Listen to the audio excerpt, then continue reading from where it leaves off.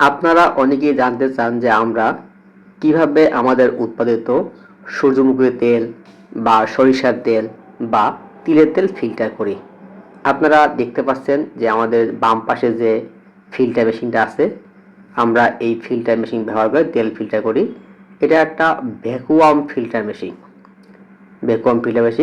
Filter মেশিনের ভিতরে negative pressure সৃষ্টি করে তেলগুলো ফিল্টার করা হয়।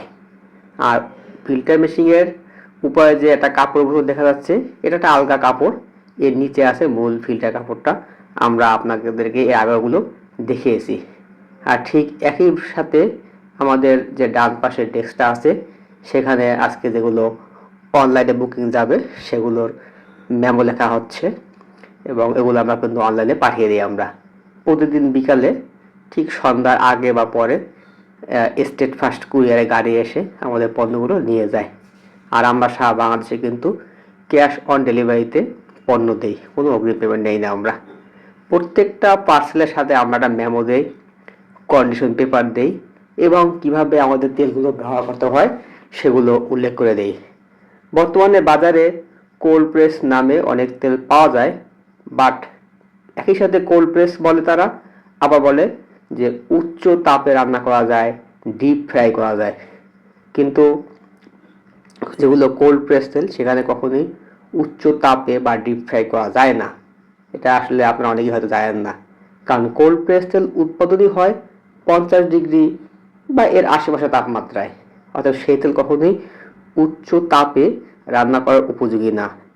আর আমাদের তেল যারা নেয় তাদেরকে আমরা বলে দেই, কাগজে লিখেও দেই যে আপনারা রান্নার শুরুর সময়ের দিকে তাপমাত্রা কম রাখবেন, যতক্ষণ পর্যন্ত মশলা কষানো না হয়।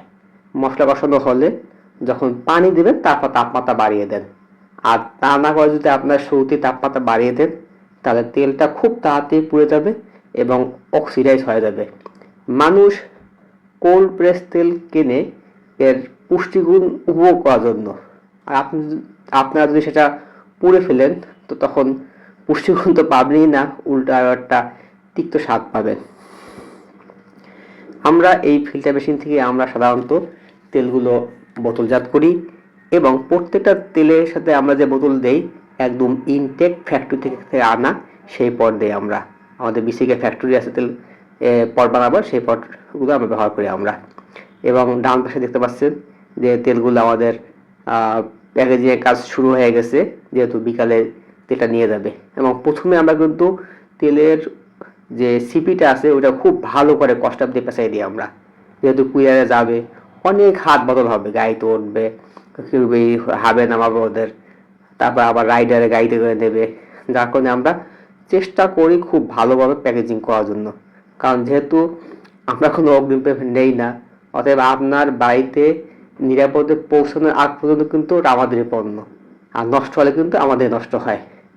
আর একটা পার্সেল যদি কোনো কারণে নষ্ট হয় তো তা আমাদের 10টা পার্সেল বিক্রি করে ওর ক্ষতি উঠবে না আমাদের, কারণ একটা পার্সেল নষ্ট হলে যাইতে 190 টাকা, আইতে 190 টাকা, মাঝখানে তেলের দাম তো আছেই। তো আমাদের উৎপাদন চলছে, যারা কাছাকাছি আসেন তারা কিন্তু এসে দেখতে পারেন। ভালো থাকবেন। আসসালামু আলাইকুম।